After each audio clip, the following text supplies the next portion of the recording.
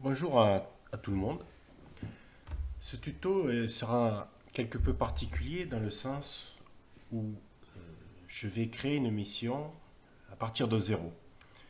Préalablement, lors des tutoriels précédents, les missions avaient été préparées de mon côté et je ne présentais uniquement le résultat de ces missions. Donc une liste de commandes qui avait été établie avant l'enregistrement du tutoriel. Dans le cas présent, on va faire un peu l'inverse, à savoir qu'on va partir de zéro et on va aligner les composants un à un de sorte à créer une mission composée de deux trois composants. Bon, il y a bien plus de composants que cela sous DroneLink. L'objectif est de montrer sur la base d'un simple exemple comment le réaliser avec des composants somme toute assez basiques. Donc on va se situer sur un bord du lac, un endroit particulier qu'on a soumis à titre d'exemple. Et voilà, donc on va aligner un à un les composants, comme je l'ai dit. Le point de départ se situe au bord du lac, dans ce champ. Voilà. Donc pour l'instant, il n'y a rien, si ce n'est que j'ai juste rempli l'adresse dans DroneLink en haut à droite. Et aussitôt, le point a été positionné au niveau de ce champ-là. On commence par cliquer sur Create pour créer la mission. Cette fenêtre s'ouvre et à ce niveau-là, on peut choisir le type de composant de mission que l'on veut faire. Il y a des missions qui sont proposées, un mapping, un waypoint, une orbite, etc. En fait, on va partir quasiment d'un plan blanc, une feuille blanche. Donc je clique sur le blanc. Voilà. Hop, j'ai cliqué dessus. Donc nous sommes bien à cet endroit-là. Je peux renommer déjà le plan. Je vais l'appeler. Voilà, simplement, on donne le nom que l'on veut. En commentaire, exemple, parce que c'est un exemple. Pardon.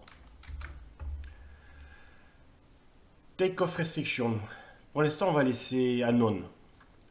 Il y a beaucoup de fonctionnalités dans DroneLink. Évidemment, si on voulait les passer toutes sur un seul tuto, ça prendrait des heures et des heures. Donc il y a des aspects que je vais omettre dans le cas présent, mais sur lesquels on pourra revenir petit à petit. En l'occurrence, le take-off restriction, je le laisse à non. Alors il y a d'autres possibilités. C'est juste pour signifier si l'on veut des restrictions de décollage, si on veut en fait imposer un périmètre de décollage. Bon, pour l'instant je mets non, c'est le plus simple, ce qui signifie que l'on décollera donc à proximité du plan du terrain qui est signifié ici. Action and finish. Donc dans ce cas-là, il suffit de programmer comment la mission doit se terminer. Donc là, je laisse ça return home, donc ça va être un RTH. Ça veut dire qu'à partir du moment où la mission va être terminée, le drone va revenir au point de départ, tout seul. D'accord. Il y a d'autres options, qui est un autoland. Donc là, il va atterrir au point où il a fini la mission. Il vaut mieux éviter, surtout si on la termine au milieu de l'eau. Ou non, c'est-à-dire il ne se passe rien, le drone reste en l'air. Donc là, je remets return home, ça signifie que le drone va revenir au point de départ une fois qu'il aura terminé la mission, et tout ça automatiquement. La vitesse maximum, donc 16.1 en fait, ça correspond à 10 miles par hour pour les Anglais, donc c'est pour ça qu'il y a cette valeur un peu bizarre. On va mettre 25 km/h maximum. Les autres paramètres, on va les laisser par défaut, moins 3 plus 3, donc c'est la vitesse ascensionnelle et la vitesse de descente du drone. Lorsqu'il monte ou qu'il descend, on va laisser à cette valeur-là, ainsi que le reste. Pour l'instant, on laisse les valeurs par défaut, ça va suffire. Voilà. Donne.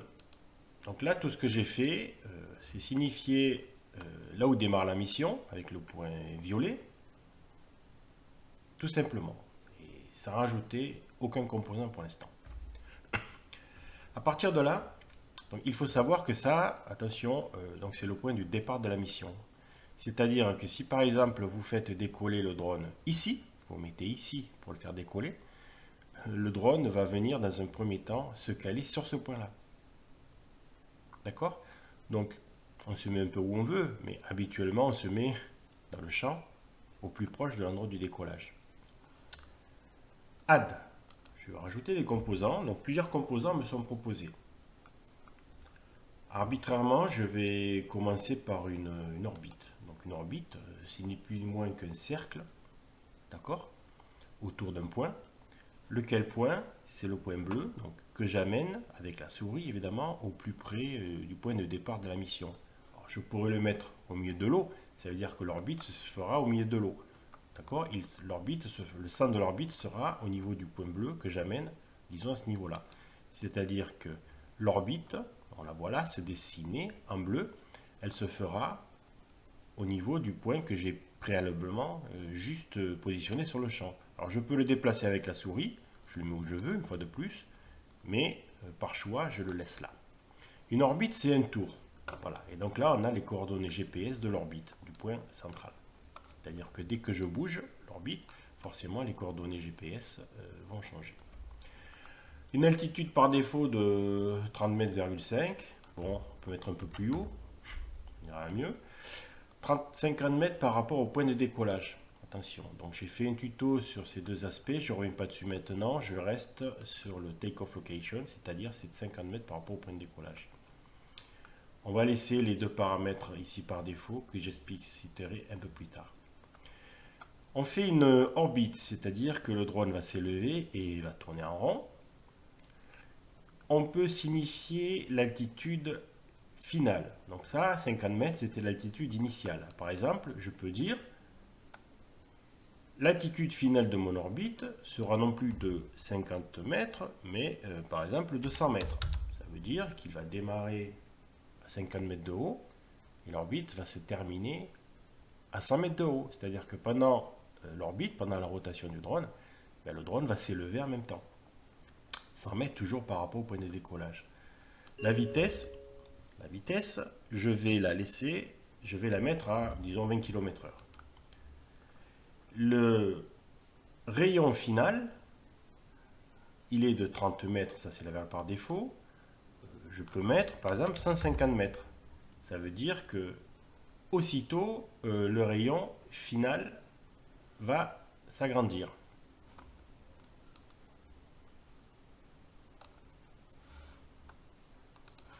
Voilà, donc le rayon initial, 50 mètres. Le rayon final, je le mets à 100 mètres.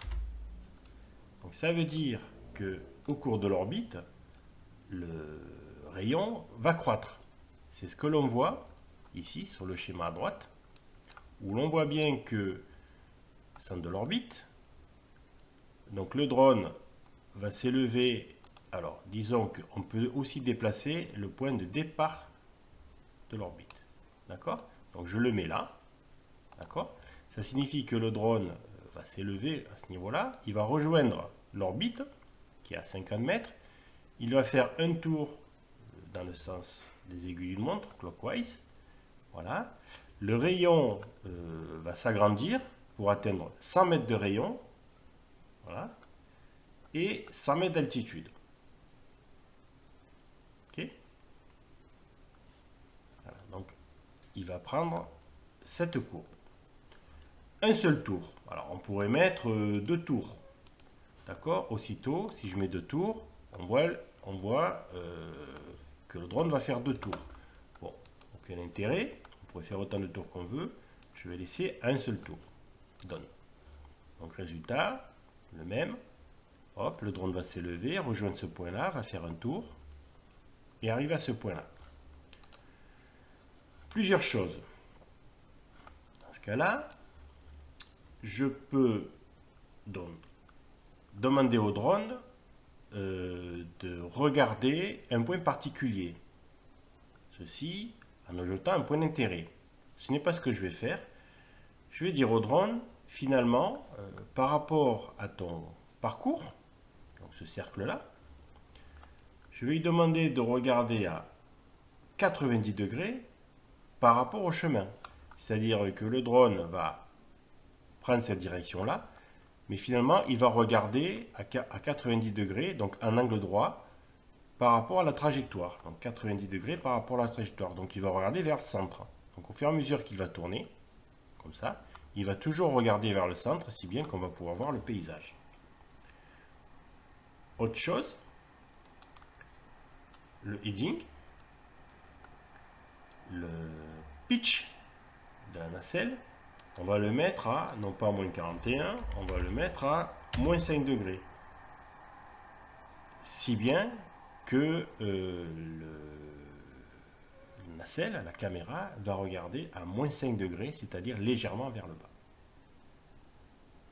5 degrés par rapport à l'horizon. L'horizon étant par défaut, on va dire 0, donc c'est moins 5 degrés. La caméra va légèrement se baisser. Voilà.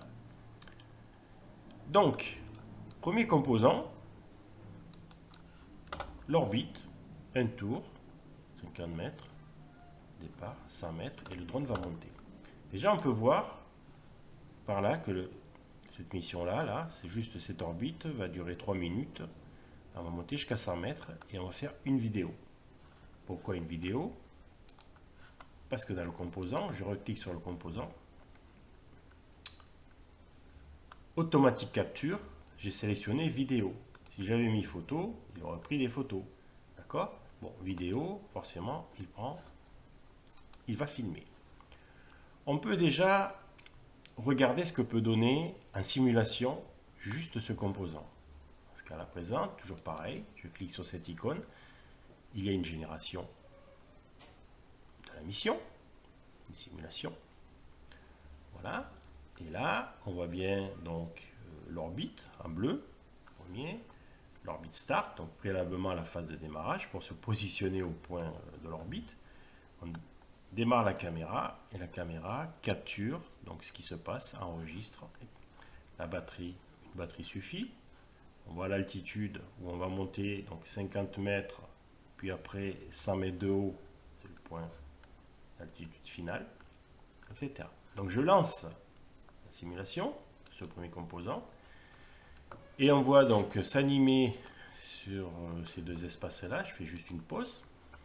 Donc là, on va voir sur cette partie de gauche le drone qui va suivre le chemin qu'on lui a indiqué, l'orbite, et sur la partie de droite, ici, finalement, ce que va voir le drone, caméra, le film que le drone va enregistrer lors de la mission. Je continue, je relance. On est capable d'accélérer le mouvement par x2 ou x4. D'accord? Donc si je fais x2, j'accélère la simulation. Je n'accélère pas la vitesse du drone lors de son exécution en réel. Donc on voit orbite start. Voilà. Le point, alors je vais faire une pause pour montrer que effectivement, je fais juste une pause. Le drone se positionne au point de départ de l'orbite. Là, on l'avait positionné avec la souris. Donc on est là, lors du déroulement. Il se positionne au point de départ. Je vais faire run pour continuer la mission. On va voir qu'il va prendre le chemin de l'orbite avec un angle de 90 degrés par rapport au passe, par rapport au chemin. Voilà, il se positionne. Donc on voit bien ici sur la droite ce que verra le drone. Et c'est parti. Donc le drone, je vais accélérer x2, voire même x4 pour ça aller plus vite. Et on voit bien que le drone est perpendiculaire et finalement, sur la partie de droite, on voit ce que verra le drone lorsqu'il effectuera la mission. Il verra exactement ce plan-là. Donc il se termine son orbite et on voit par exemple à ce niveau-là qu'il prend de la hauteur. On était parti à 50 mètres, on voit que 86, 87, 88, on voit qu'il arrive jusqu'au bout. Et là on voit bien le moins 5 degrés que j'avais imposé ici à ce niveau-là, le moins 5 degrés, pardon, il repart, hein, chaque fois il repart. On voit bien le moins 5 degrés. Si je me mets par exemple ce que je peux faire au niveau de la simulation, donc j'ai fait pause, elle ne tourne pas, et avec ce curseur-là, je peux me déplacer le long de la mission pour pouvoir manuellement la faire accélérer, la mettre au point où je le désire. D'accord? Donc ce que je voulais simplement montrer préalablement, c'est que lorsqu'on est quasiment à la fin de l'orbite, on voit bien le gimbal, la nacelle qui est à moins 5 degrés, tel qu'on l'avait demandé à le composant, et la hauteur à 99 mètres, 100 mètres, tel que c'était programmé. Je fais un petit stop en fin de mission. Voilà, et on voit bien qu'on est bien à 100 mètres. D'accord? Donc là, on a vu le chemin que prendra le drone, et on voit bien le film qui sera capté par la caméra. Si ça vous va, si ça va, on est content. Si ça ne va pas, si on veut faire des modifications, donc on ferme la simulation, on revient sur l'orbite, et là on remodifie les paramètres après avoir lancé la simulation. Par exemple, si moins 5 degrés ne suffisait pas en termes de gimbal qu'on veut plus bas, on met moins 10. Si on veut un peu plus haut, on met moins 2. Donc on modifie les paramètres en fonction de la simulation telle qu'on l'a préparée. Donc, disons que je suis content de mon orbite, alors je peux renommer, je peux écrire par exemple première orbite, hein, on renomme le composant. Voilà, add, je l'ai renommé première orbite. Ok, parfait. Là-dessus, je veux rajouter un second composant, donc je vais venir faire add, et je vais rajouter un waypoint. Donc, qu'est-ce qu'un waypoint? C'est une succession de points qui vont composer tout un chemin. Le nombre de points et le chemin, donc je le programme là, au niveau du composant. Donc, où démarre mon waypoint? Donc, c'est le point bleu que je balade là, avec la main au-dessus du lac. On va dire, je le fais démarrer juste à côté du point où l'orbite s'est terminée. Donc, je clic gauche, et là, du coup, on voit bien, j'ai le 3 points, donc c'est les 3 points qui sont proposés par défaut par DroneLink, d'accord, pour définir mon waypoint. Ce qu'il est possible de faire dans DroneLink, lorsqu'on commence à avoir beaucoup d'informations, beaucoup de composants, c'est de cacher certains d'entre eux. Alors là, si je veux par exemple ne voir que l'orbite, visuellement, parce que tout se déroulera, tous les composants se dérouleront dans la réalité, il suffit de venir sur Waypoint, clic gauche, et là, de cliquer sur l'œil. Donc là, finalement, ce qui se passe, c'est que je masque simplement, hein, je masque l'orbite, le composant précédent, pour ne pas le voir, pour ne pas que visuellement, il me dérange. Donc, j'ai les 3 points qui sont proposés par défaut par DroneLink, A, B et C, qui sont positionnés à ce niveau-là, parce que j'ai cliqué à ce niveau-là, pour le premier point. Et là, je peux commencer à étirer, dans tous les sens que je veux, le waypoint, donc chez ABC, on va dire que, par exemple, je veux suivre la côte de ce lac, d'accord? Donc là, voilà, on va dire essayer de suivre parallèlement, je rajoute un point, hop, alors j'ouvre juste une parenthèse très très importante, pour dire que dans ces explications de l'outil, je fais abstraction de la législation, des règles que tout télépilote doit suivre dans le cadre de la réglementation appropriée. Je ne rentre pas dans les détails, ça fait l'objet effectivement de beaucoup de règles auxquelles les télépilotes sont soumis, en l'occurrence de distance, de hauteur, de visibilité sur le drone, scénario S1, S2, S3, je ne rentre pas dans les détails. Il est vrai que si on veut réaliser une telle mission, puisqu'on est en France là, donc il faut déclarer le scénario. Étant donné les circonstances, ce serait plutôt du S3 qui limite, je crois, à 200 mètres, si je me souviens, 100 mètres, 200 mètres, la distance du drone. Si on veut faire du S2, bon, il faut le déclarer, on peut aller jusqu'à 1 km. Je ne rentre pas dans ces aspects-là, d'accord? J'explique simplement, une fois de plus, comment fonctionne DroneLink. Après, charge à chacun des télépilotes de l'utiliser dans le cadre de la réglementation. Je ferme la parenthèse. Donc, le point D, on va dire que je vais créer un nouveau point E pour faire une petite courbe pour revenir un peu sur mes pas. Tac, je rajoute un point, avec des arrondis. Alors, on est capable de jouer sur les arrondis. Il y a un paramètre associé, j'y rentrerai plus tard dans les détails. Je l'avais expliqué dans un tuto précédent, je ne vais pas rentrer ici dans les détails. Voilà, donc on va dire que je rajoute des points en cliquant sur le plus, hein, très simplement, jusqu'au point H. Bon. Je ne vais pas aller plus loin, d'accord? Donc le pass A, B, C, D, E, F, G, H. Je peux bouger l'ensemble en cliquant, donc clic gauche sur le bouton vert, là où il y a écrit 2, 2 parce que c'est le composant numéro 2. Donc je peux le balader, tous les points sont baladés ensemble. D'accord? Donc, bien comprendre que le drone va suivre ce chemin-là. Maintenant, je vais imposer quelques contraintes au drone lors de ce cheminement-là. Pour ce faire, je vais rajouter ce qu'ils appellent des passes-actions, c'est-à-dire des actions le long du chemin, plusieurs passes-actions qui vont permettre de modifier certains paramètres de vol. Donc, je clique sur passe-action. Vous voyez, aussitôt apparaît ce symbole violet. Je vais mettre, disons, le premier passe-action. Le passe-action, les passes-actions sont toujours sur le chemin lui-même. Ils ne peuvent pas être à côté. C'est-à-dire que même si je clique à côté, hop, il va se positionner à cet endroit-là. Voilà. Donc là, on a bien vu, il y a le 1 là qui vient de s'ajouter. C'est parce que c'est le passe-action numéro 1. C'est-à-dire que là, je vais imposer des actions. On va rentrer après dans le détail des actions imposées. Je vais en créer d'autres. Donc là, je suis sur passe-action 1, parce que c'est le premier. Donc cette fenêtre s'est ouverte et a été créée suite à l'ajout du passe-action sur le chemin. J'en veux d'autres. Donc là, je vais cliquer sur ce symbole qui correspond au copier-coller traditionnel. Je clique, hop, j'ai un 2 qui s'est affiché. Donc là, on va dire le passe-action 2, je le mets arbitrairement ici. Donc à ce niveau-là, je vais imposer de nouvelles contraintes au drone. Je vais en mettre un autre, passe-action 3. On va le mettre, disons, par là. Et on va mettre un autre, le 4. Je le fais circuler, on va dire ici.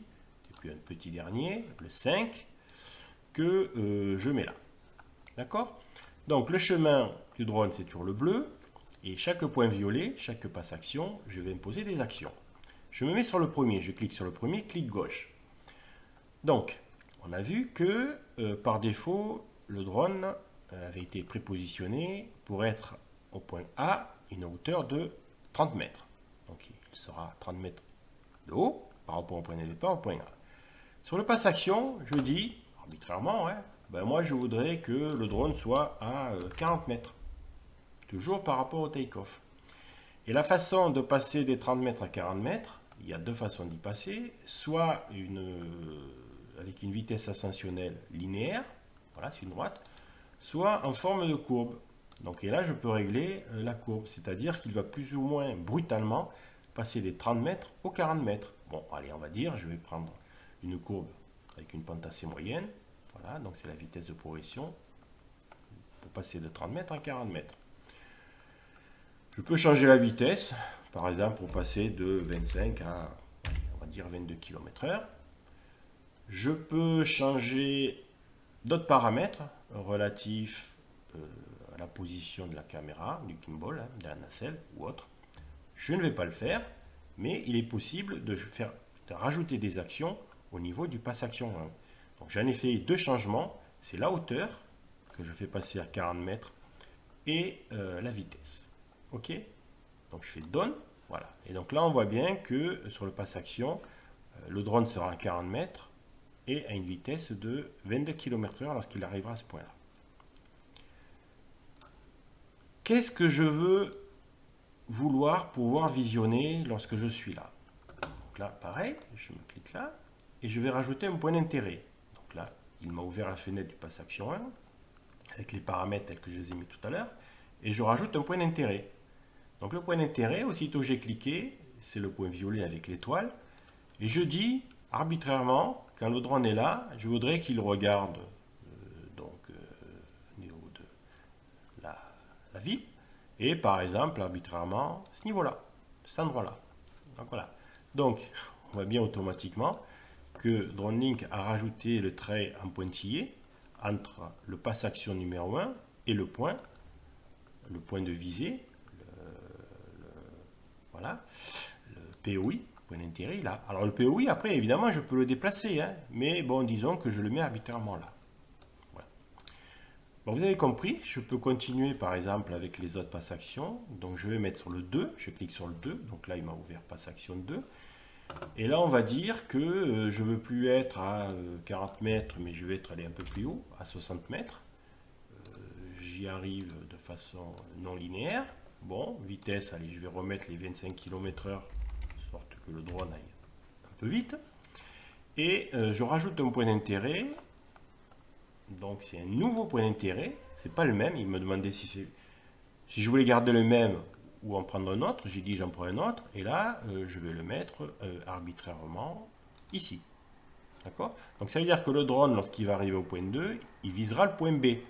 Et donc entre le point 1 où il vise le point A et le point 2 où il vise le point B, donc le long de ce chemin, le drone va avoir une action de lacet, si bien qu'il va viser le point A, puis ensuite le point B. Donc le drone va tourner pour pouvoir viser le point B lorsqu'il arrive au point 2. Vous avez saisi le but du jeu. Je me mets par exemple au passe action numéro 3.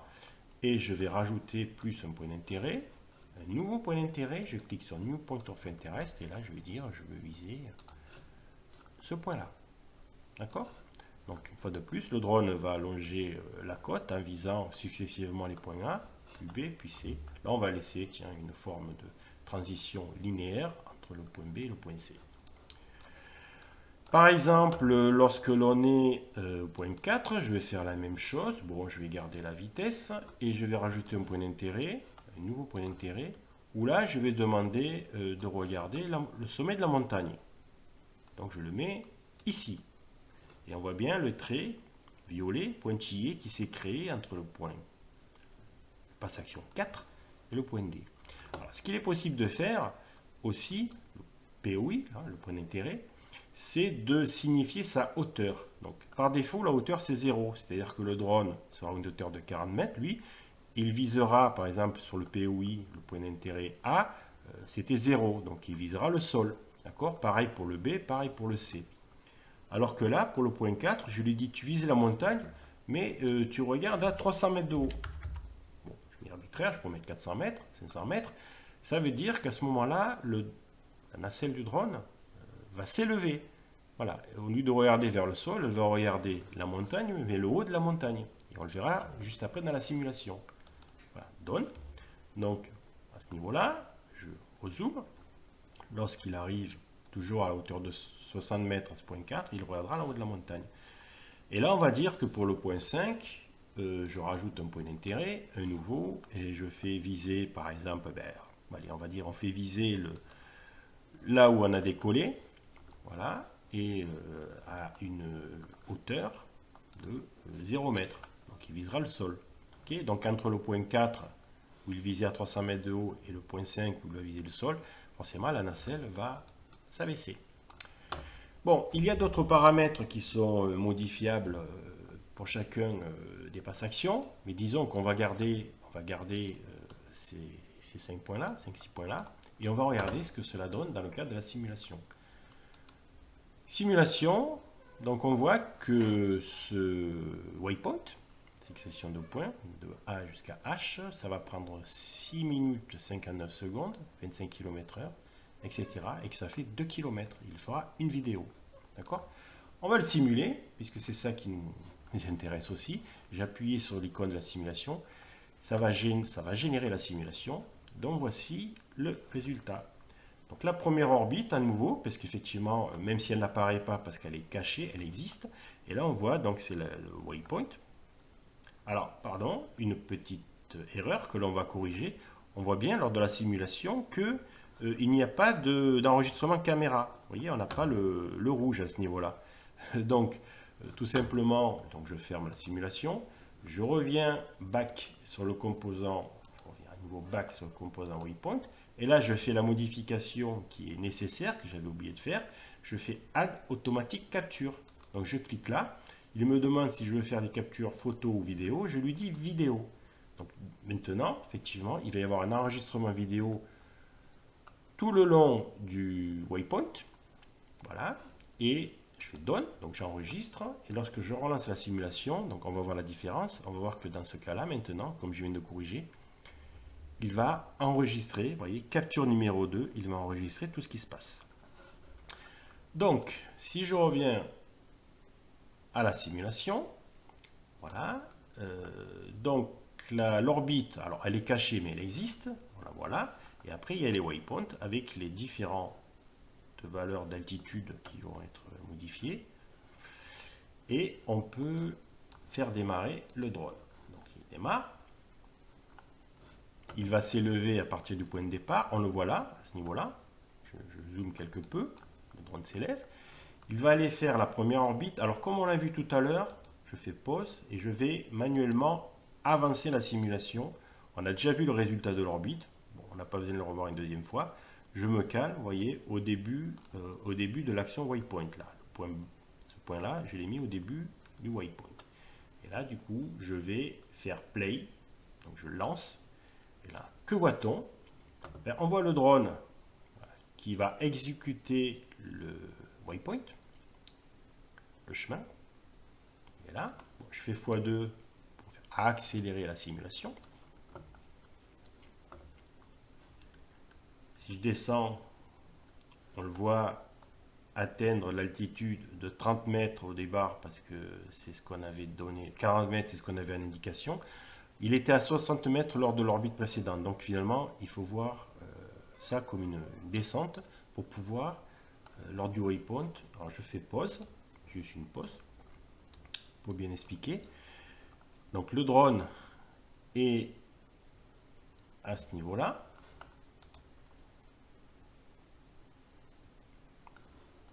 Voilà. Donc à la hauteur des 40 mètres, tel qu'on avait signifié, on le voit à ce niveau-là. Il vise comme prévu le point A. D'accord? On le voit là. Il a visé le point A. Et maintenant, il se dirige, donc il suit le chemin bleu. Et il se dirige donc vers le pass action 2 qui lui demandait à ce que le drone regarde ici. Donc, ok. Et donc sur la droite, on voit bien que le mouvement de la caméra qui tourne vers le POI B, qui est appelé grand B, pour regarder une autre partie de la ville. Vous voyez? Donc il se dirige, il suit le mouvement, le chemin. Et lorsqu'il arrivera au pass action 2, il sera pile poil calé sur le POI B, tel qu'on le voit là, à une altitude de 60 mètres, altitude que l'on a donnée à titre de consigne et qu'on retrouve ici. La nacelle est à moins 9 degrés. Il faut retenir, parce qu'après, lorsqu'on va regarder la montagne, on verra bien que ce chiffre va croître. Une fois de plus, donc je dézoome, je manipule en zoomant ou dézoomant pour pouvoir voir les parties utiles lors de la vidéo, vous l'avez compris. Donc, il se dirige vers le waypoint D, mais c'est qu'à partir du pass action numéro 3 que le drone regardera le POI grand C. Il faut dissocier le chemin que prend le drone de la direction que reprend la nacelle pour regarder les différents POI que l'on a imposés. Je vais aller un peu plus vite, j'accélère x2 pour accélérer donc, la vidéo et les explications.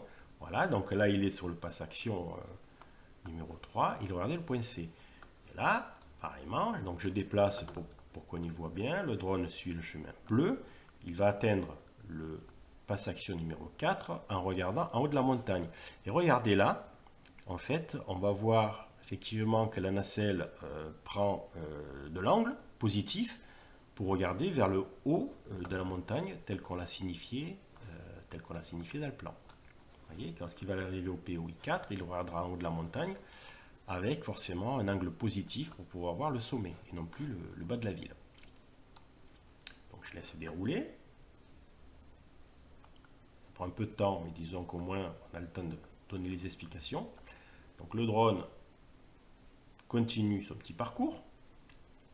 Alors, on voit le chemin bleu là, qui correspond au pass action, ça évidemment tout le monde l'a compris. Voilà, et donc à ce moment-là, la nacelle redescend pour pouvoir viser le point de départ. Lorsqu'on arrive au pass action 5, finalement, le drone visera le point de décollage. On va y arriver. Donc on voit bien ici que la mission se déroule, mais en accéléré, x2. Dans la réalité, ça ira 2 fois moins vite. C'est juste pour accélérer la simulation. Donc on voit bien le point rouge qui indique qu'on regarde le POI grand E. Et ceci sera vrai jusqu'au dernier point du waypoint, le point H. Voyez, et là, on voit bien au niveau de la caméra que l'on vise bien le point central qui correspond au point de décollage du drone. La simulation est terminée. Elle est terminée. Je clique, fin de simulation. Disons qu'à ce niveau-là, bon, je rends visible à nouveau l'ensemble des composants. On va en rajouter un petit troisième. Donc je mets Done. Disparaître la fenêtre. Là, je vais rajouter, par exemple, Advance, je vais rajouter une rotation. Alors, c'est quoi une rotation?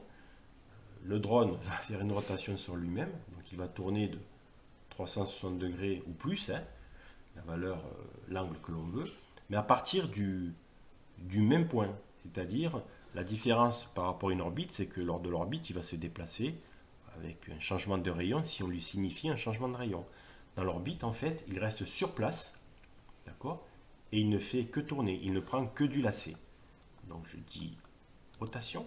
Il faut savoir que la rotation, finalement, elle va s'exécuter à partir de l'endroit où est le drone. C'est-à-dire que comme on était au point H, la rotation va se faire à partir du point H. Voilà. Alors, rotation, je lui dis de faire un tour complet. Dans le sens, bon allez, on va dire pour changer anti-horaire. La vitesse, rotation, on va aller très lentement, de sorte que le drone puisse capter très lentement, photo, vidéo. Voilà. Par contre, évidemment, il est possible de lui faire prendre de la hauteur, c'est-à-dire qu'il va faire une rotation au point H, mais à 60 mètres. Si je veux, donc je fais Done, donc la rotation ici, elle va s'exécuter là à 60 mètres. Si je veux qu'il prenne de la hauteur, je reviens sur le composant précédent. Voilà. Il faut que je retrouve le waypoint grand H qui est là, grand H. Et là, je dis, au lieu d'être à 60 mètres, je lui dis, allez, 120 mètres, les 120 mètres légaux en France. Vous avez compris? Donc je mets 120 mètres. OK. Et donc là, finalement, le point sera à 120 mètres. Par contre, vous avez vu que ça a automatiquement changé les distances précédentes. D'accord? Donc là, sur ce point-là, je reviens à mes 60 mètres initiaux. D'accord? Donc là, je ne vais pas changer la hauteur. C'est simplement que... Alors, il y a plusieurs façons de procéder. Soit tel que je l'ai fait, mais à la limite, on va faire différemment. Je vais revenir sur les 60 mètres initiaux. D'accord? Donc je vais revenir le pass tel qu'il était, la hauteur telle qu'elle était précédemment. Et ce que je vais faire, c'est encore plus simple. Je vais rajouter donc un pass action, un nouveau pass action. Donc ici, ou juste avant d'arriver au point H, je vais lui dire 120 mètres. Voilà. Donc ça veut dire ce que ça veut dire. Ça veut dire qu'il va faire comme avant. Mais la différence, c'est que juste avant d'arriver au point H, le drone sera à 120 mètres, parce que j'ai mis un pass action à 120 mètres. Et à ce niveau-là, donc je fais back pour revenir en arrière, hein, toujours pareil, au niveau des menus. Bon, faut prendre l'habitude, hein, back. La rotation que j'expliquais préalablement, un tour à 7 degrés par seconde. Je fais une capture vidéo dans le sens anti-horaire, mais la rotation se fera à 120 mètres. Voilà, donc c'est le dernier des composants. Je fais Done. On regarde la simulation, ça permet de savoir si on a de la batterie suffisamment ou pas pour l'ensemble des composants. Donc 7 minutes 24, c'est largement suffisant. Dans le summary, on est capable d'avoir le détail pour chacun des composants. Donc la rotation en elle-même, elle prendra 52 secondes. Voilà, à une altitude de 60 mètres. C'est étonnant. Normal doit être se faire à 120 mètres. D'accord. Si je mets à 120 mètres,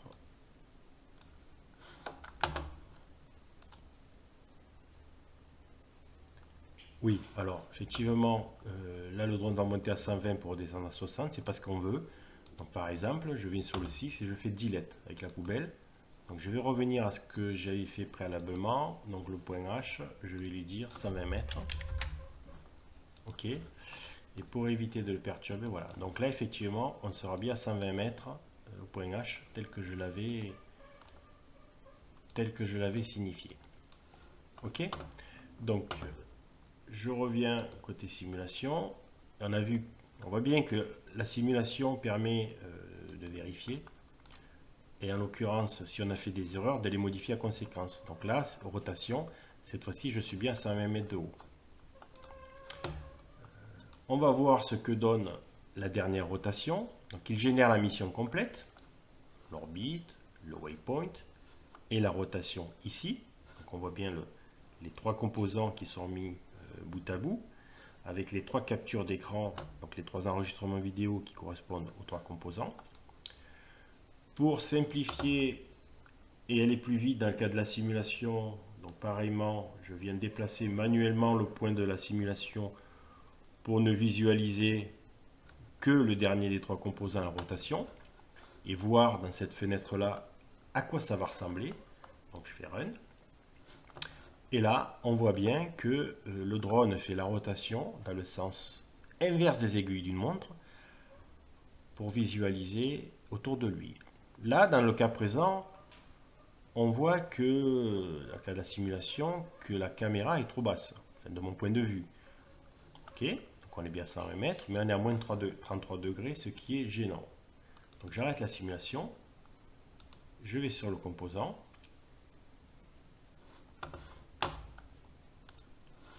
Voilà, donc là, je veux effectivement que la nacelle remonte. Donc je rajoute le composant Gimbal Commande, orientation, et là, pitch, je vais y mettre, par exemple, simplement moins 5 degrés. OK. Alors, regardez bien, ce qui se passe, c'est que la rotation va s'effectuer et la commande de la nacelle est après. En fait, il faut faire l'inverse.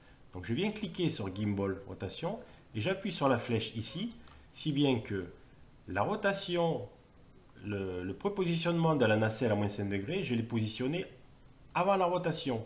Je refais en arrière. Là, vous voyez, on est capable de permuter l'ensemble des composants avec les flèches montantes et descendantes. Donc la logique veut que on positionne l'orientation de la nacelle à moins 5 degrés avant de faire la rotation. Vous voyez? Donc là, première orbite, je ne reviens pas dessus. Le waypoint, je ne reviens pas dessus. Orientation de la nacelle, à la fin du waypoint, je mets l'orientation, je la fais positionner à moins 5 degrés et je fais la rotation. Donc je lance la simulation. On voit bien que la simulation permet de voir les erreurs qu'on a commises dans le cadre de la programmation de la mission. Je me remets au niveau de ma capture de la simple rotation et je fais Run. Et là, on voit bien le changement. Vous voyez, on voit bien que cette fois-ci, que la nacelle est bien à moins 5 degrés au lieu des moins 33 degrés qu'on avait préalablement, ce qui permet de voir le paysage et non pas juste le sol. Vous voyez, donc je vais faire x2 au niveau de la vitesse pour aller un peu plus dans le cas de simulation. Et je vois l'ensemble du lac. On fait un 360 degrés à une hauteur de 120 mètres. Donc ce dernier composant permet de s'élever, de voir les choses d'un peu plus haut. On voit bien le drone là, vous voyez, il fait le tour du lac, il fait le tour, il regarde tout autour de lui, sans bouger. C'est une simple rotation.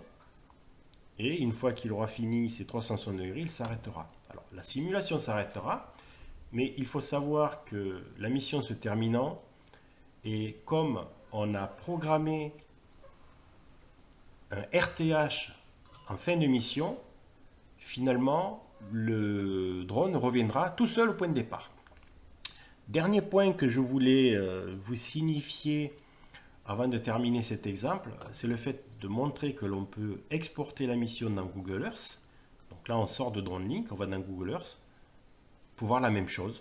Donc ça permet d'avoir une vue quelque peu plus réaliste.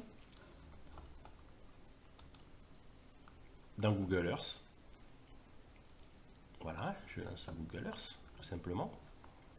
Bon, fermé.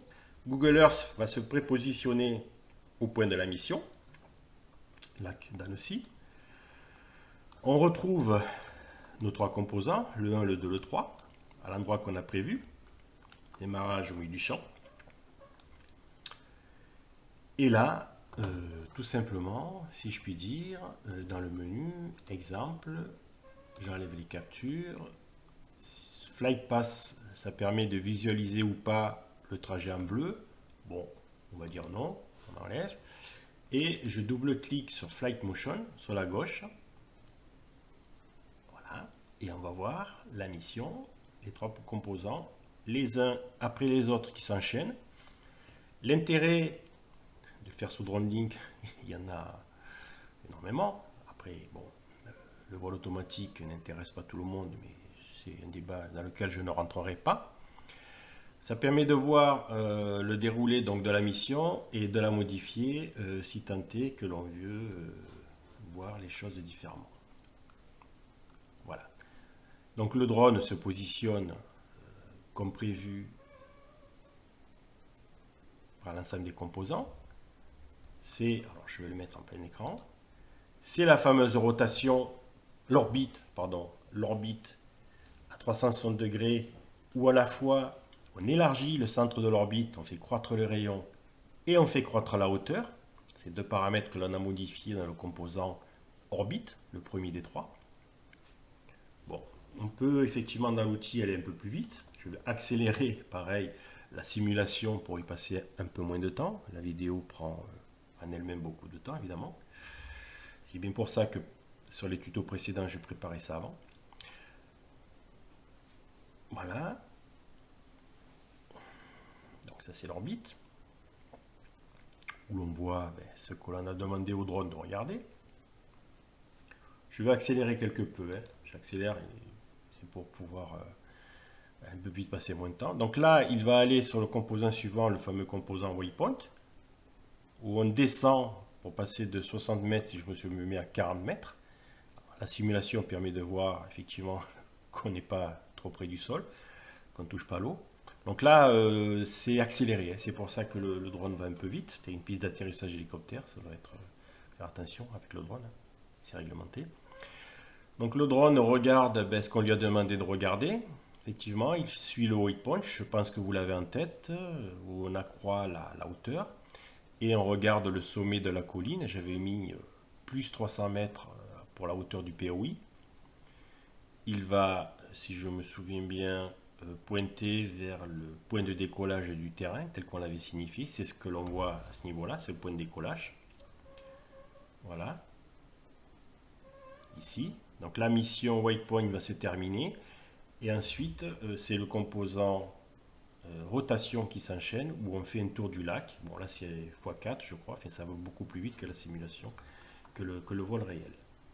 Voilà. Je ferme Google Earth, supprimer, pour revenir donc, dans Drone Link. Voilà. Donc on a programmé les trois composants à la queue leu. Voilà. 4 composants même, puisque j'en ai rajouté un pour faire en sorte que la nacelle pointe vers le bas pour pouvoir faire une rotation un peu plus intéressante. Évidemment, j'ai dit beaucoup de choses, mais j'ai dû omettre d'en dire certaines. Ça, je veux bien le concéder. S'il y a des détails qui vous échappent, vous me faites quelques commentaires. J'espère que cette explication aura été suffisamment claire. Évidemment, il y a beaucoup d'autres particularités, d'autres paramètres qui sont proposés par Drone Link. Si on veut les passer tous un à un, on y passerait beaucoup plus de temps. C'est pour ça que j'ai scindé l'ensemble de ces caractéristiques sur plusieurs tutoriels. Il y en a d'autres que je créerai pour rentrer davantage dans les détails.